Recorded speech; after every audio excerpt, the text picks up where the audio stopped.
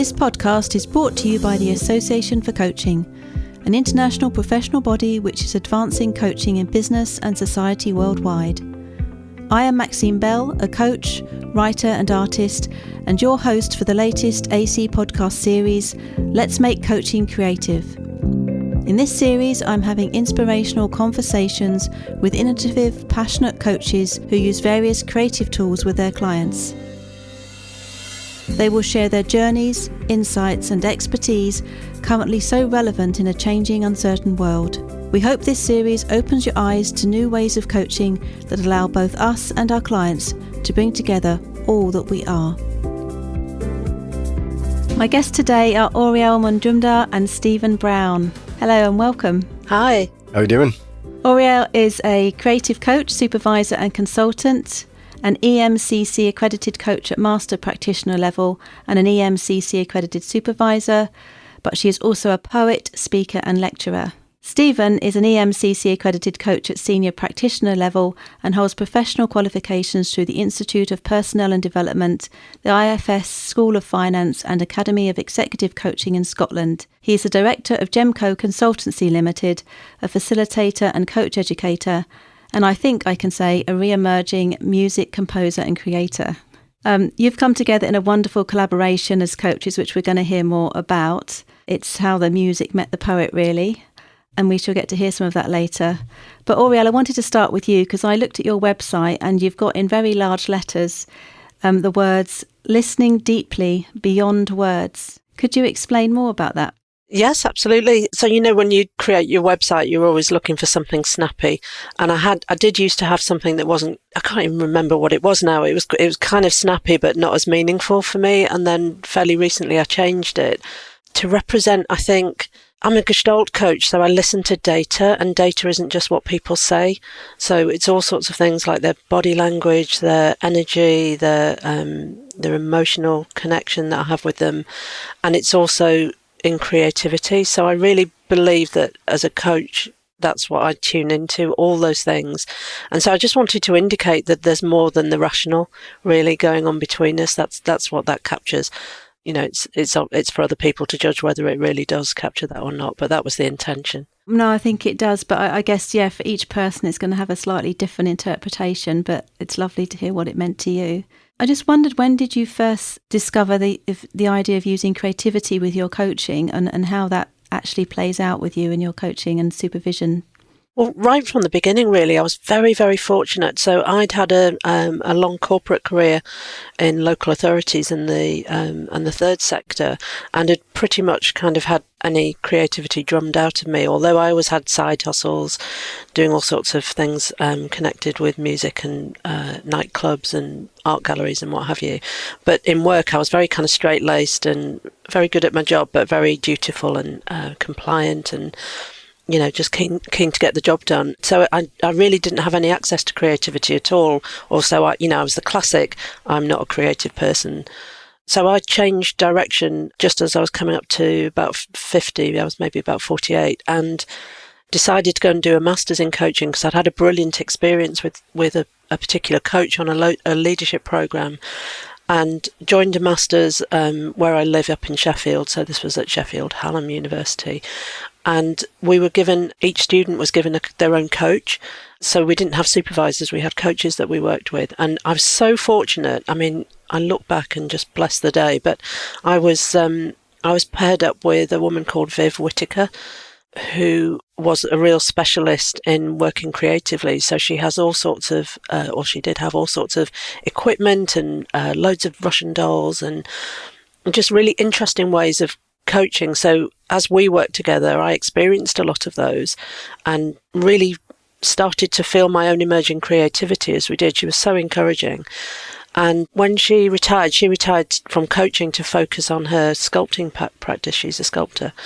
And she gave me all her materials, so all her equipment, all her books, just everything, to kind of set me off as a creative coach in my own right. So it was really early days actually in my coaching career, and I was very lucky to have a role model that showed what was possible, and she was so credible and so good.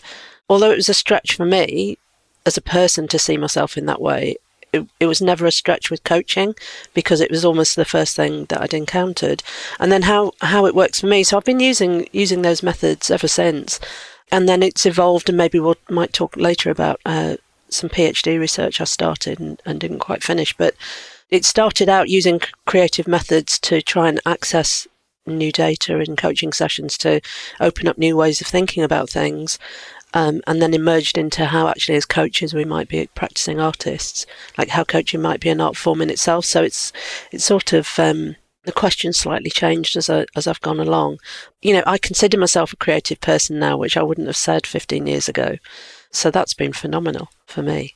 And it's interesting because I took part in a webinar that you and Stephen did where you talked about this collaboration. And for me, sort of knowing the little bit I know about you, imagining you as person who didn't identify as creative just doesn't sort of match up from what I experienced so far. Yeah, I barely recognise myself, and in a way, as a coach, it's a real asset to have that journey. Might hear from Stephen later, I guess, as well about this, but to know what it feels like to not see that in yourself, and then for it to be nurtured and for it to blossom quite late in life. It was in my 40s. I sort of think, well, if I can do it, anybody can. So I really connect with people who might be a bit reluctant or might not see themselves in that way. So, my fundamental belief is we all have it in us. And I know you think that too, Maxine, that I just think it's a kind of, I think it's an innate human drive. I think it's just in us to respond to the world in that way. I kind of think society knocks it out of us because it's seen as maybe a bit frivolous or the stuff you do for fun, but the business is the serious stuff. And actually, I fundamentally disagree with that. I just think it's the way that we connect with the world and find our joy, and there's more to life than words and logic. There's an Indian poet from the part of India that my dad was from called Rabindranath Tagore, and he says, "A mind all logic is like a knife or blade, it cuts the hand that holds it." And that's what I think. It's like if all we've got is logic, it's a very kind of sharp, punishing way to live. Why not allow other things in, like creativity? Yeah, absolutely. And Tagore's wonderful, isn't he? I know about Tagore. I was just thinking as well that part of that is that people are looking at creativity as being art, poetry, dance, that specific things, rather than actually maybe even the way that you arrange the fruit in the bowl is creative every day. What clothes you might pick can be creative. How you arrange your house, the pillows, the cushions on your seats. It's demonstrated every day in all of us in some small way. The phone that we use, somebody created the look of that and the design of that. So it's actually, I feel, almost in every breath. We just don't pay attention to it in that way. We call it something else. Yeah, I really agree with that strongly. I always thought when I first became a mother, my oldest is 22 now, it was the first time really I thought, he was the blank slate. And I just thought what creative possibilities there are. Not that he was an experiment or anything, but, that kind of, I suppose for me, creativity is about choice. So I think parenting is hugely creative, that you can choose how you want to be in that space. You can, you're responding to how your child is and you try and nurture them. And I take that kind of approach to my, I'm very curious about my children as they grew up. I'm curious about everybody's children. I want to know what makes them tick. And for me, creativity is that same spirit of how's the world? How do I want to be in it? And as you say, all the, everyday choices that we make are completely creative. It's interesting how business have taken on creativity. So, that kind of, we must innovate and be creative is very, it's kind of fashionable now. So I do work in corporates, even though I do lots and lots of work in the cultural and artistic sectors.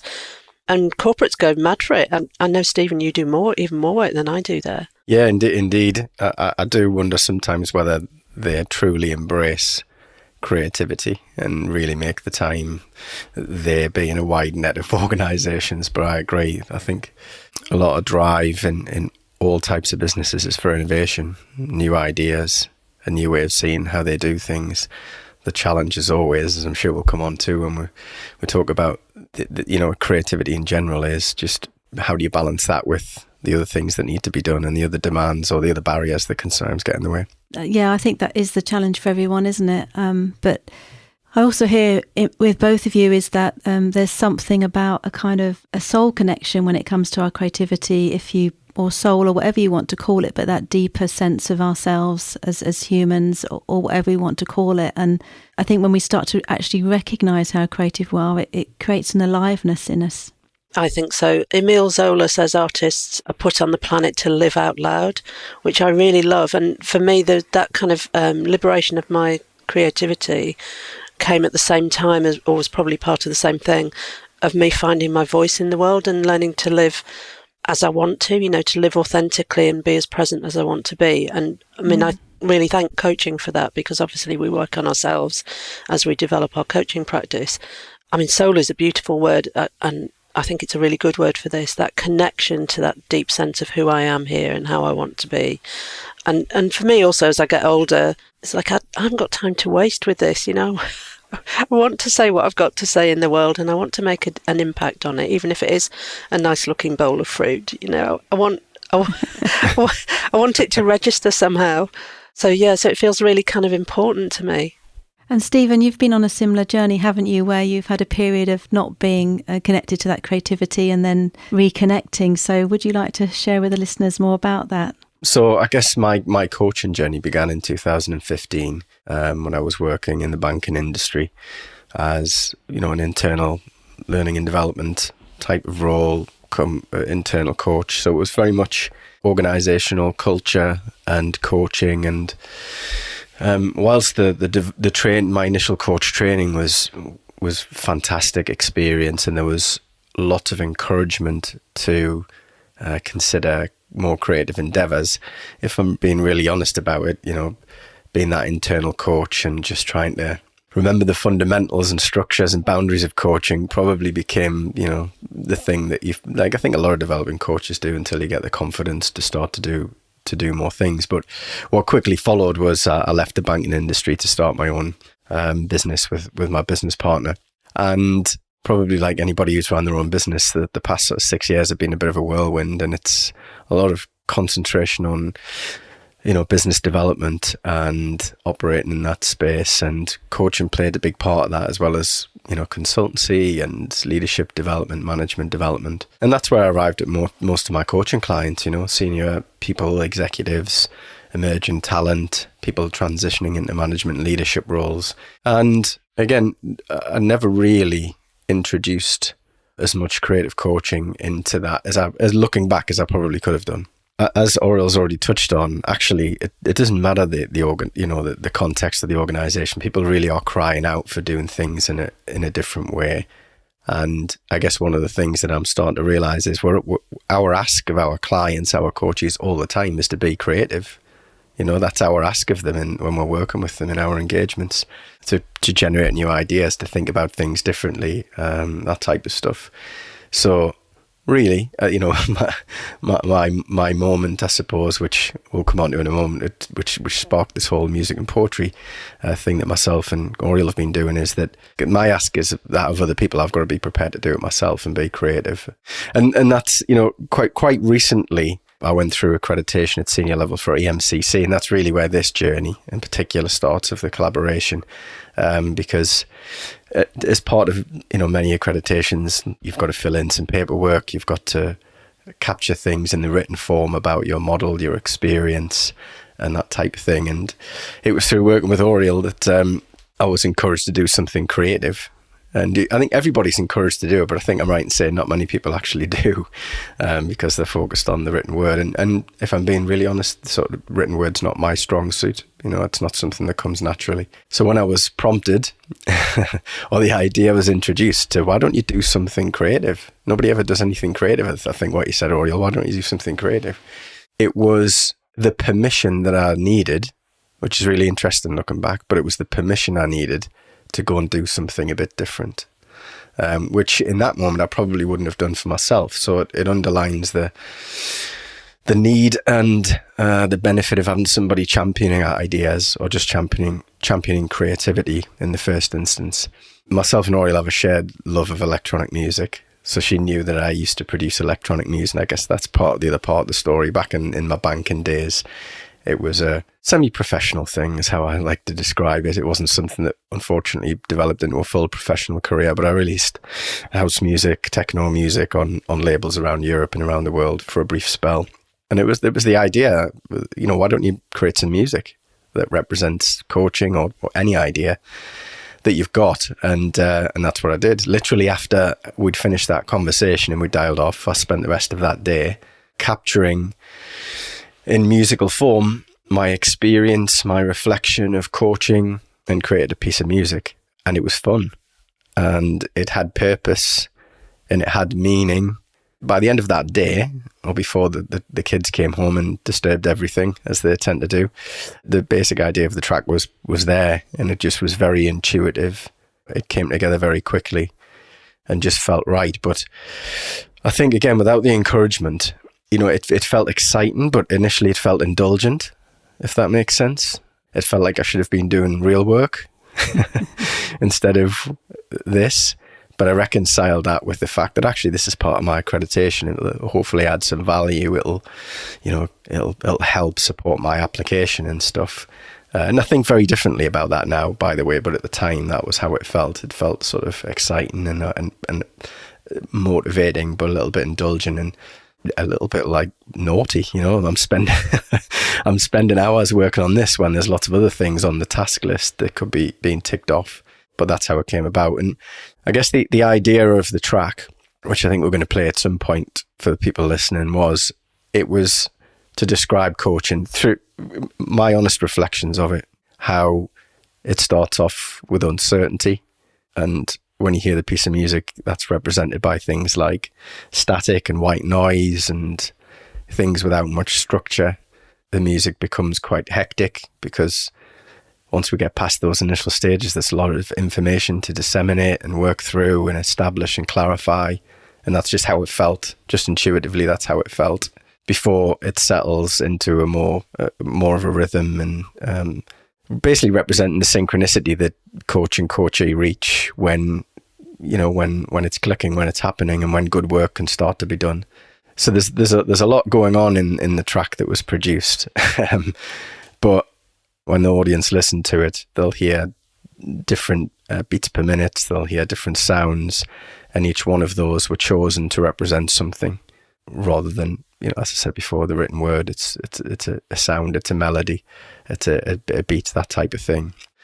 But one thing that I really struggled to capture with the track itself was one thing that's genuinely really important and has been my North Star as far as being a coach right from day one, which is belief in other people's potential. And initially I sampled a piece of spoken word which captured that aspect and essentially added some lyrics to the piece of music. But by 1,000%, this became much more profound, having shared this piece of music with Auriel and us deciding to collaborate. And that's where we are now, really. Yeah, so you got the piece of music from Auriel. So had you already asked her to write a poem, or did that happen? Sort of, was that a suggestion? What happened in that process? I muscled in, and I felt really, really bad. But when I must say, I love to hear you talking about it, Stephen. I could listen to you all day talking about that track. I'm a bit of a geek for listening to creatives talk about their process. I just find it fascinating. So it really works for me on that level. But no, what happened was I don't even think you told me you were doing it. I think it just came out of the blue. We'd had the conversation and then it just arrived. And I think, So I think I've told you this before, Stephen, but when it came out, I was a bit hesitant opening it. I was thinking, oh, bloody hell, I hope I like it. What am I going to say to him if it's no good? So I had that little flash of, and then I listened to it, and like within seconds of it starting, I was just absolutely blown away. And listening to you talk there, Stephen, as well, I think it's the depth of reflection that it captures for me, because you can like music, or, it might not be your genre, it might not be your taste. As it happens, it is completely mine. So I really connected with it in that way. But even if you don't like electronic music, I think you can hear the thought process that's gone into it. And for me, like I was just blown away by it. I think I emailed you straight back and said, I'm just blown away by this. You should be so proud of it.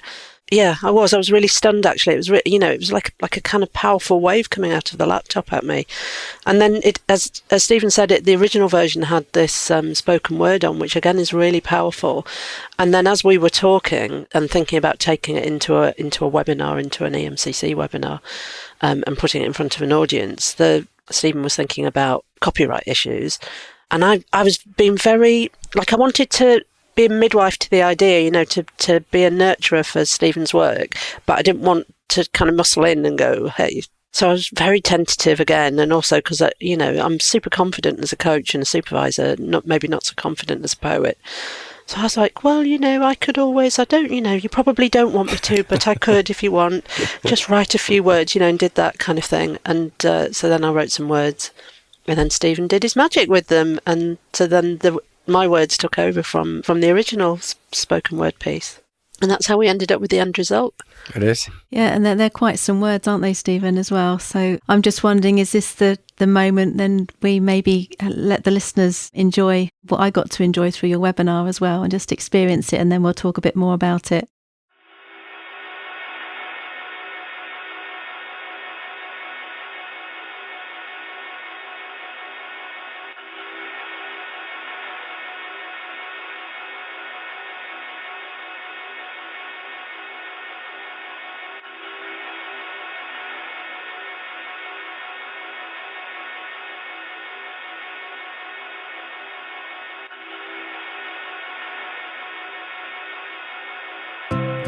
I believe in people.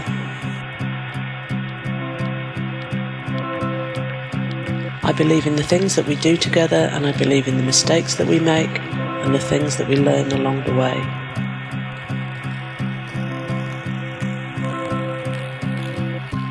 I believe in house music, in dancing till your feet hurt and you can't dance anymore, so you just sit it out and listen. House music.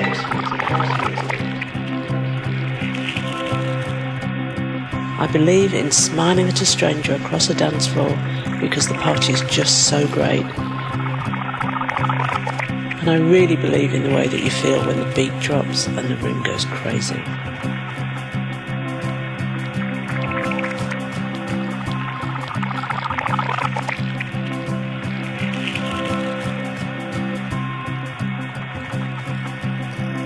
I believe in walking alongside each other in the listening ear, the space we make that says, you aren't alone in this.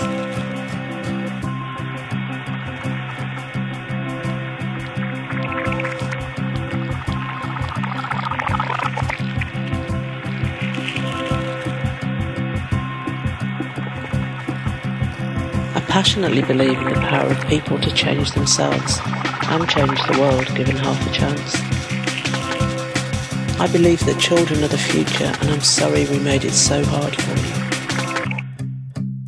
I believe that happiness comes from understanding who you are and not minding that, from self-acceptance, from compassion and from kindness.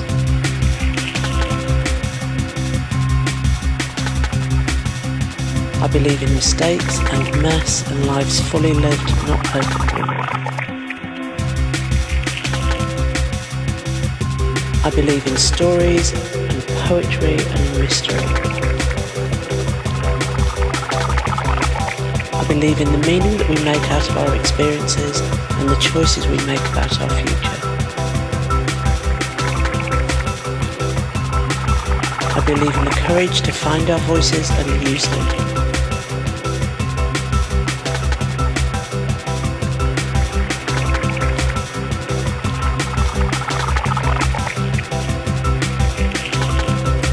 I believe a pioneer is someone who looks out into space and says, what if?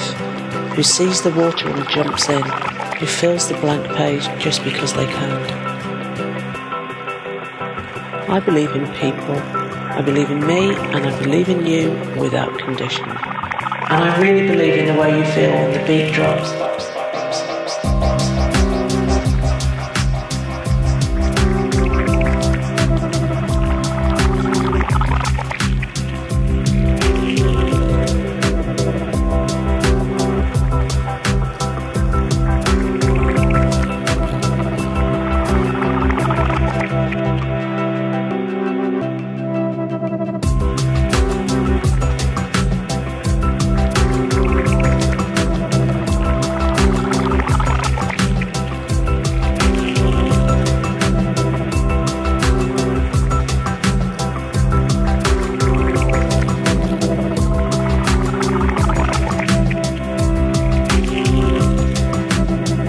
I believe in us two, right here, right now, making a new world.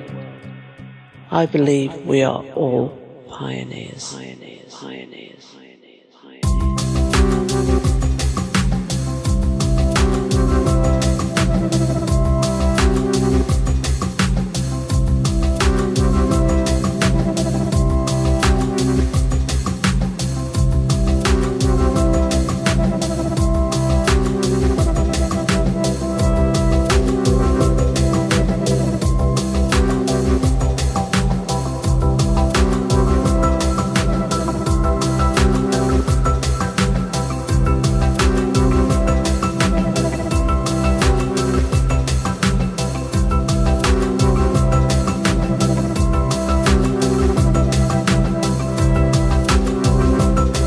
The mistakes that we make, the things that we learn, the power of people to change themselves. Mistakes and mess and lives fully lived. Stories and poetry and mystery. The meaning we make out of our experiences and the choices we make about our futures. The courage to find our voices and use them. Me, you, we are all pioneers.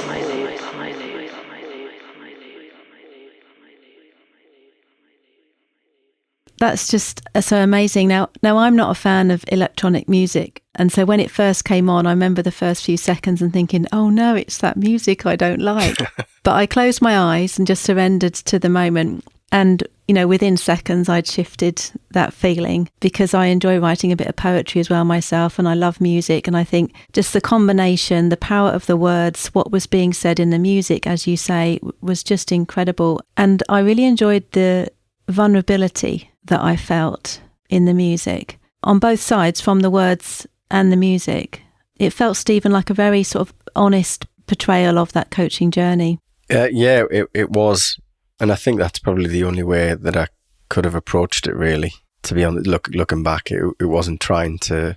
It was trying to represent something that was real. And it sounds almost odd talking about it so purist now, because it was the first time I'd done it. You know, previously making music didn't have a concept like this, didn't have an idea. The genre of music I used to produce was mainly for the dance floor. It was about rhythm and, you know, beat, and played at loud volumes. That was basically what it was about. But this had an idea, and it just felt right to be really honest, an honest reflection. But I think the vulnerability and the sensitivity can be a barrier. You know, because it's one, doing it, which is fine, but two, sharing it with people, which it's now being shared with quite a lot of people, is a little bit scary because, you know, it can be judged. I'm particularly sensitive to cynicism. Not sure why. That's a coaching topic all on its own, obviously. Sharing feelings about things and stuff like that hasn't always come naturally. You know, I'm a working class lad from the northeast of England. It's not necessarily something we do an awful lot of, regrettably. We should do, but we don't. So yeah, it was important for it to be real and to mean something. And that, to be honest with you, that was why I think it come together so quickly, because the idea was pretty solid, and it was just an intuitive thing from that point forward. And I think, as you said, that permission you got given as well by Auriel was a door opener, wasn't it? The lid came off. It wouldn't have happened without that. That's the interesting thing. Now, you know, a couple of months on or whatever it is, I create time to do this now. I give myself my own permission because I've seen, you know, the response to it and the value, and more importantly, I suppose for me, the value that the reflection had to do it in a way that's meaningful for me. But yeah, without that initial permission, and I do wonder how many other people out there who, a bit like yourself, Auriel, didn't used to consider yourself as creative, or sat there thinking, well, I'm just not a creative person, I couldn't do this. It doesn't matter what your canvas is, for example. It's just finding something you have a passion for and you feel fulfilled doing. And even if it doesn't have an immediate link to the work, you know, the day-to-day work, it will be of benefit, I'm sure. Yeah, there's definitely something about presence. As you were talking, I was thinking about vulnerability. If we can connect and be vulnerable in this way, we can invite our clients to do the same, our coaches, our mentees, our supervisors, whoever it is that we're working with, to be present. And for me, the fact, it's not that we have to do it to be any good, but we understand it, going through these experiences of sharing work and feeling tentative about it. I think it means that we can understand how coachees might feel a bit reluctant, and I don't just mean in terms of using creative methods, I mean about any kind of reflection, any kind, what does Yeats say? Tread gently, you're treading on my dreams. I've spread my dreams before you. And I always think of that when I do client work, is, people share their lives with you. They share these really deep personal experiences. And who are we not to be vulnerable ourselves in that space? If they're doing that, then as an act of respect, as a minimum, I want to be the same. And so for me, that kind of connecting with our artistry and our creativity and being able to share things, scary as it is, I think is a real signal. It's a real kind of a real intention in the world. And not to sound too grand about it, but I really believe that. I mean, so for me, I think maybe because of my age, I feel a bit beyond judgment. It's not that, in a way, I don't care. I don't care if somebody laughed at my poem. I don't think it would stop me. Might hurt my feelings a little bit, but actually, it's not going to stop me because getting my voice back took so long. I'm not going to be silenced again. So so I do feel quite fearless in that way. Doesn't mean I wouldn't take feedback or criticism or it's not that. But that kind of why are we diminishing ourselves? This for me, this kind of taking risks and trying things and putting it out in the world as we want to is about fearlessness and courage. And the more I do, the way I think about it, the more I do that, I hope other people will be encouraged to do it. That's really, really kind of, I suppose, what's at the heart of it. And it makes me, I'm happy that you felt, that you took permission from it, but I feel sad that people need permission. Like, I wish society gave us all permission to do it. I wish that hadn't been drummed out of the curriculum, and I wish creativity sat alongside commerce and, as a kind of equal. I don't want people to feel afraid, whether that's our clients or ourselves, about trying these things for fear of not getting it right or people judging it. No, I totally agree. I mean, that's what creativity is to a large extent, is trying things and getting them wrong, isn't it? It doesn't always go right. But I think from a fairly experienced coaching perspective, it's really nice to stumble across something, and that's, I suppose, how it felt with the nudge from yourself, Auriel, to try something that, with all the theoretical models, techniques, philosophies of our, which are all wonderful in our world of professional coaching, to touch on something and find something that's yours, that is part of that, that's really authentic and fulfilling for you, is, I can just speak for myself, has been hugely beneficial. And there's such a great community of us. Once you start to identify yourself in that way or see your practice in that way, then suddenly, like when we did the webinar and people turn up and because I've been doing creative coaching for a long time, I've kind of come across lots of people who are doing all sorts of fascinating things. I mean, just stuff you couldn't even imagine people doing, and it's brilliant. And there's a kind of like-mindedness. You start coming across people, and to me, it sort of goes along with maybe a worldview or a set of beliefs about coaching that feel really aligned to what I believe about the world. And we may have, subtle differences between us, but there's a kind of belief in creativity and flexibility and experimentation and play and all of those things. And I just like being part of that community. Yeah. I mean, it's theoretical, but I've been looking at goal light coaching. I did a session for a conference a couple of years ago on that, and just working more in a kind of existential and exploratory space. And you do find a real intersection between coaches who work creatively and coaches who are more in that exploratory kind of, rather than very goal focused. And it's nice. I think that's kind of cutting edge for coaching, or one of the leading edges of coaching. Yeah, and I mean, the poem that you've used is called Pioneers, and you constantly repeat the words "I believe," which, as we all know, is about that belief in that potential of human beings. And I think there was a line, "I believe in mistakes." So what you just mentioned, Stephen, because I was thinking that about if we had the permission in a sort of way of, we're all allowed to make mistakes. It's part of the experiment. It's a part of how we grow, without condemnation or judgment. I'm just wondering what kind of world could be born from just that allowance of mistakes. We are incredibly hard on people, even whether it's other drivers in the road or politicians or leaders, that one belief that we can't make mistakes can get in the way of so much. Yeah, absolutely. I think, at least in an organisational setting, which I'm probably more qualified to talk about than the wider world. As I said before, I hear the need for creativity and innovation talked about in most organisations for a long time now, because of just the rate of change and stuff like that that's going on. And obviously, as individuals, we're at the heart of it. But to allow to allow mistakes to be made, I think, is to want to be creative is one thing, but to be brave enough to allow is no. And I know, listening in a lot of organisations, there's some mistakes that cannot afford to be made. I understand that, but it does seem like more needs to be done to encourage people. I work for myself, and even I thought, as I said before, like I was.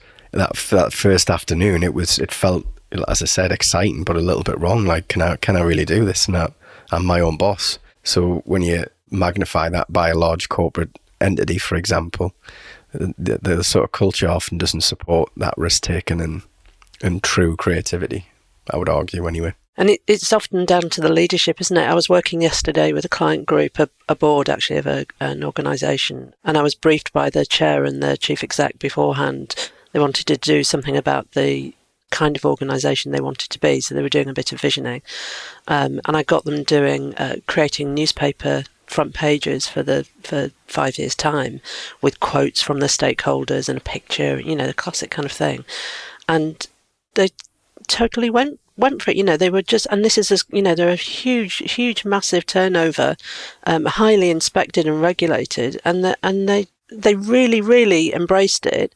And there's a so what of this. There's a reason that you do it. The business case for doing it is that it allows you to expand your way of thinking, to come up with better ideas. So it's not just, we'll go and have some fun and then we'll get back to the real stuff.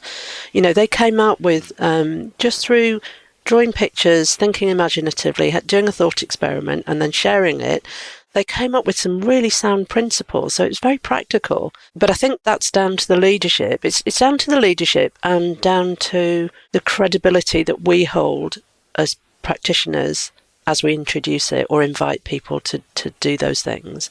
So I think it's two things. You need the context for it to work. But, with that, I did put the word mistakes in because I like mess and I like imperfection and I like fuzzy. Because it's not even that I think it's allowed. I just think it's inevitable. I just think that's the way the world is. The world is. So why fight it? Why not celebrate it?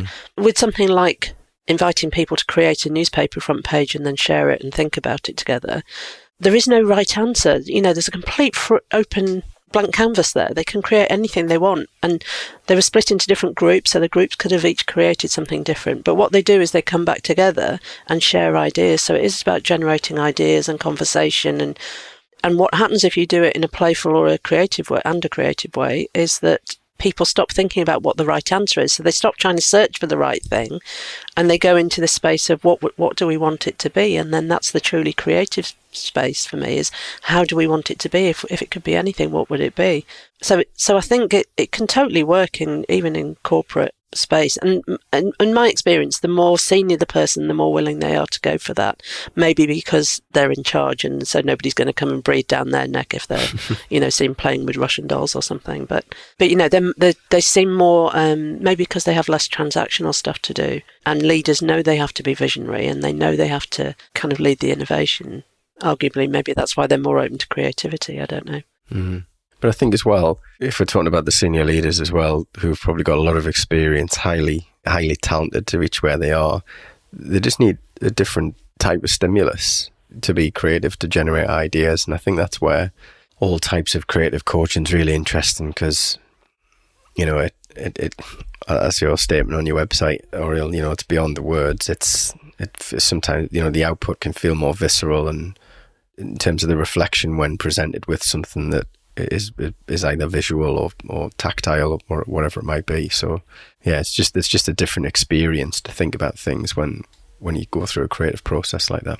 I know there's a lot of work on the neuropsychology of creativity, which I've never particularly looked into. It doesn't really interest me, but that left brain, right brainness, and so I agree with you. I think that if you can introduce different ways of generating data is how I think of it as a Gestalt coach. But if you can generate data in different ways, you're accessing more of the brain than just coming at it straight with the cognitive and the rational and that bit of our brain. Similarly, if you do, so when I worked with Viv all those years ago, we did things like dance and postural work, and so the somatic, being able to engage those bits of our being, because our being isn't just in our brain, it's throughout us as well. It's our heart, our soul, our gut, all of those things. And so to me, that just means people can make better decisions because they're just accessing more stuff. That feels like a very rational business case for me. Also, it's there's another thing that we're doing every day, in the sense some of us more than others. I mean, I started off as a nurse and a midwife. I've been with people at death, at birth, and on all aspects. And one of my main skills, and I think it's partly natural in me, was, we had to be great observers of nurses. You have to be bed bathing someone, but you're watching and you're feeling and you're sensing all the time for when things aren't quite right. So most of my data even in those jobs came from what was not said. Or what I was, listening to on another deeper level.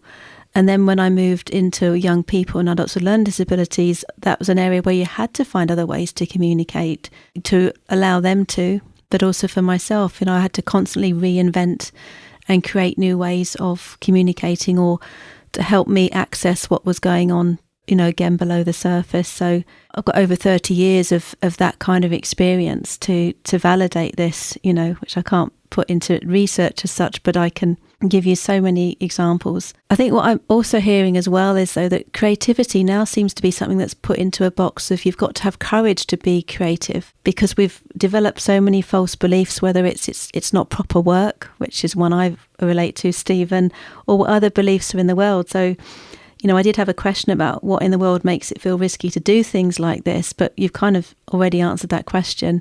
But there does seem to be this need for some courage.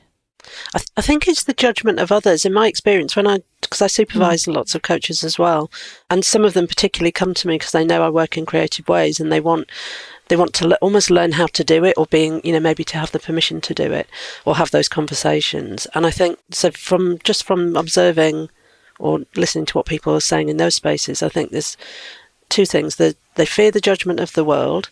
Oh, what's this? It's not proper. Especially newer coaches who really want to work in that way, but are worried they won't make a living doing it.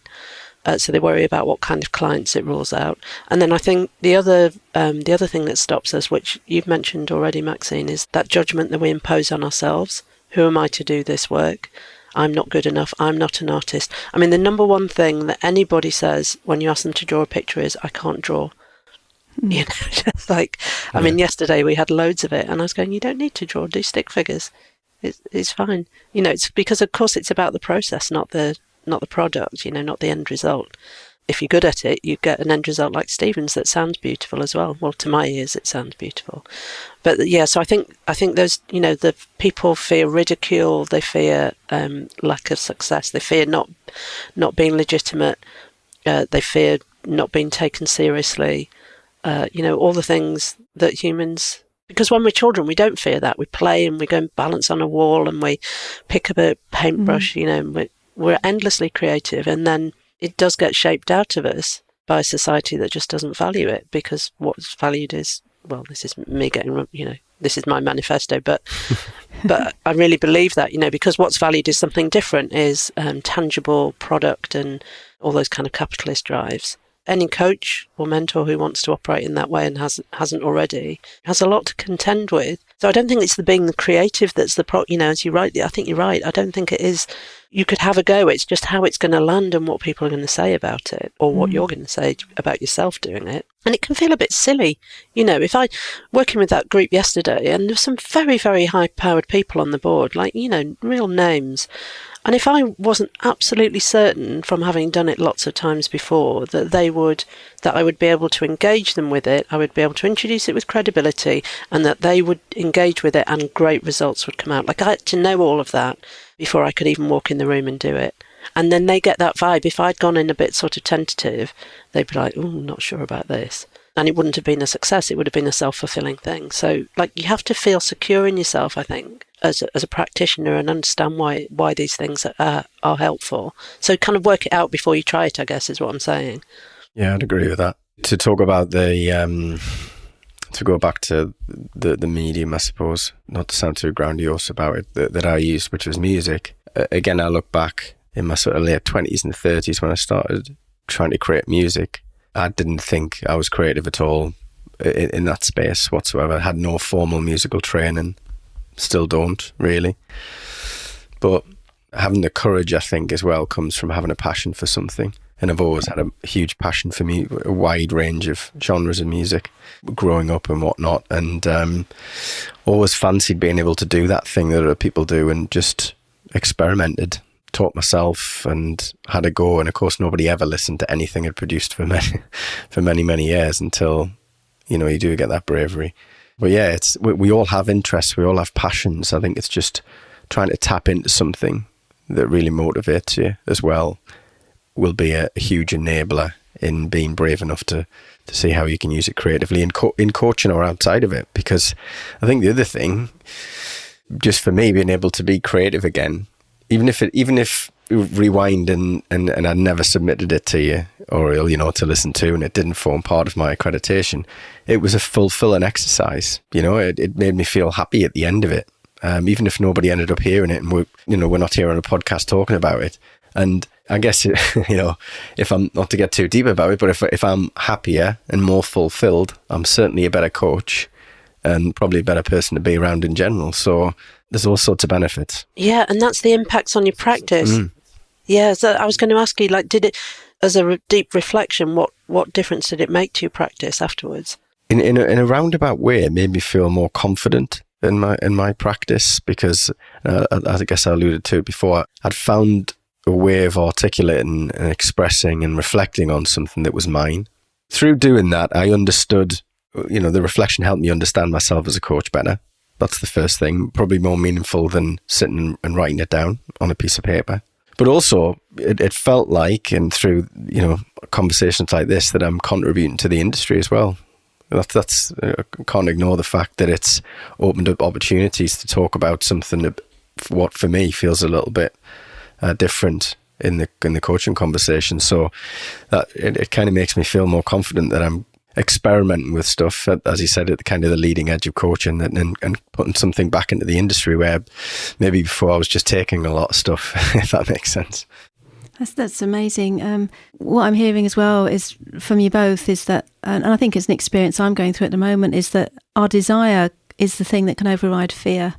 That passion for something, that whether it's to get a message out there or create something or whatever it is you want to do. I've got a friend who's absolutely passionate about accountancy. She absolutely loves it, and she's very creative the way she does it. Any fears that we have become less important than the desire to get it out there. And I know that's a tip that public speakers often give, is you think about the why you want to say that, what that message is about, and it's more important than your fear of standing up in front of people. So it's been a powerful learning for me to experience that my desire is what overcomes my fear. And it's just lovely to hear that the same process is going on for you, Stephen, has happened with you, Auriel, where you've got to that place where you're just making it because you love it. But what also happens as well, by the sounds of it, is unexpected results, unexpected impact. It's wonderful. Yeah, I didn't know there was a network of creative coaches. I knew people did creative exercises and stuff like that, but it has opened up a network to me of people who are trying things creatively in their practice, and it's inspiring, to be honest with you. And it feels like you're part of an exclusive club of people who are doing great work. It's brilliant. And where you don't need a community where you don't need to be perfect, which is what I love about it. Indeed, yeah. Yeah, that's really good.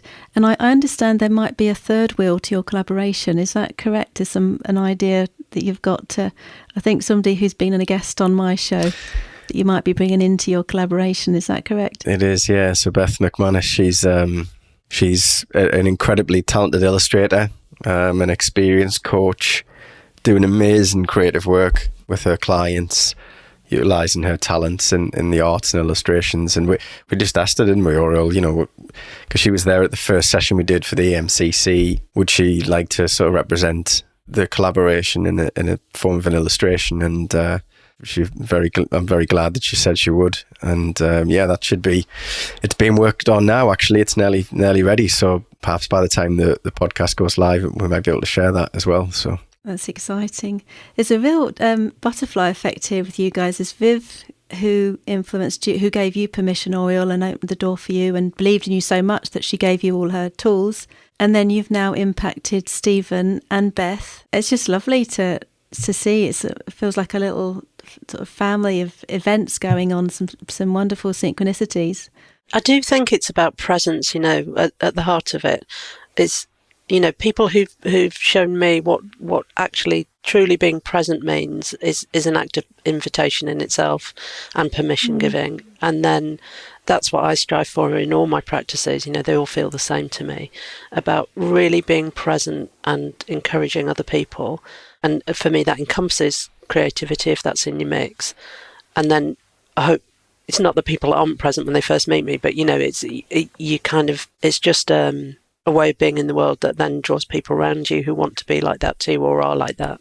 And I think, you kind of hinted at it, Maxine, before, but I think it's really revolutionary. I've always thought coaching was revolutionary. One conversation at a time.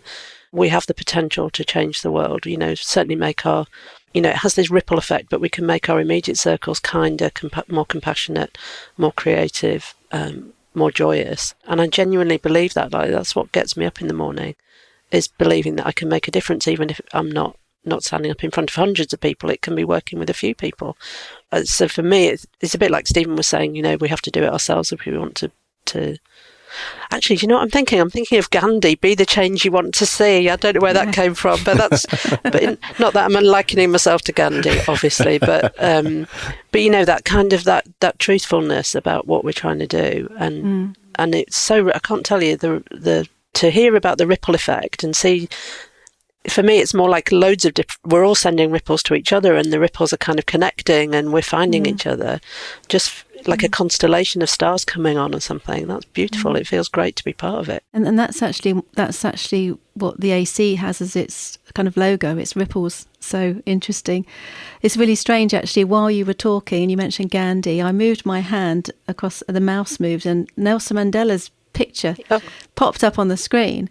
And of course I was just thinking about what he read in his inauguration speech, Marianne Williamson's poetry, where he says, if you shine your light, you give permission for others to shine theirs, which really ties in with what we're saying and about that authenticity of coaching as well, of us doing what we're supporting others to do. But so you've been letting your light shine, and then you've given permission for, and we're now doing that again. Yeah, perfect. And it really busts open that myth of, the expert neutral coach who sits there supporting the needy client. I don't know. It's just got much more equality and parity and fairness in it. Because I really believe in co-creativity. We create these things together. We create relationships and ideas, and it's what exists in the space between us that really excites me. That relational stuff. And yeah, so I really like that. If we shine our light, other people can turn theirs on, and then we can make amazing things together. So, Stephen, do you want to, I don't know, is there anything next for you, and where can the viewers contact you if they'd like to be in touch? I've just set off on creating another piece of music, actually at the moment, sort of a work in progress. Very similar to what's been described on the show so far. But this time trying to represent my model of coaching, my style of coaching. For me, really, it's just something that because of what's come so far has been so powerful. I wanted to try and represent not just the coaching experience, but my model of coaching. So I'm working on that at the moment. What I'm really excited about, and it's in its very early stages, is trying to work through how I can bring my experience of using music as a way of articulating thoughts and feelings into my coaching practice, to use sort of music with purpose to benefit a coachee. Very early stages, as I said, but it's something that I haven't done it for myself and felt the power of it. I'm really keen to experiment with as well. As we keep saying, that's what creativity is about. So So I'm looking to develop a way of doing that and then experimenting with that in the coming weeks and months. So that's quite exciting. But yes, if anyone would like to get in touch, I'm on LinkedIn, but there's quite a few Stephen Browns on there. So I'll provide my email address and stuff to put in the description of the podcast. And also you can find me on YouTube and wherever you get your podcasts with my own sort of coaching show as well called The Stretch Podcast. So you can find us on that as well if you want to hear more about this type of stuff. But yeah, and I think there's going to be a SoundCloud link as well, isn't there, Maxine, where people can listen back to the track at their own leisure if they feel the need to. Yeah, lovely. Thank you. And what about you, Auriel? How can people contact you? Yeah, well, so what's next for me is more of the same. just I'm just keeping doing it. I just love it so much. Yes. So where can people get a hold of me? There is only one Auriel Majumdar. So you'll find if you Google that, I should come up first for my website and LinkedIn. I'm not very active on LinkedIn, but I do answer messages. So I'm on there. I'm very active on Instagram, but I don't recommend anybody follows me because it's really random. But I do post. I've been doing a hashtag for a few years called Poem a Day, which was inspired by, I went on a thinking partnership retreat, and we were it was in January, and we were asked what habit we'd like to introduce for the coming year. And I said, I'm going to read a poem a day. This was before I really started writing it again. And so I've been reading more than one poem a day, and occasionally I'll post on Instagram that anything that's grabbing my fancy, and sometimes it's topical. It's around, it's they're not my poems, they're poems I've found, and people seem to enjoy that, and then they share their poems with me, and we just talk poetry and fun. But there's also a lot of random nonsense on there as well. So unless you've got a high tolerance for mess and mistakes, don't bother following me, but you can if you want. Everybody should follow Auriel on Instagram, by the way.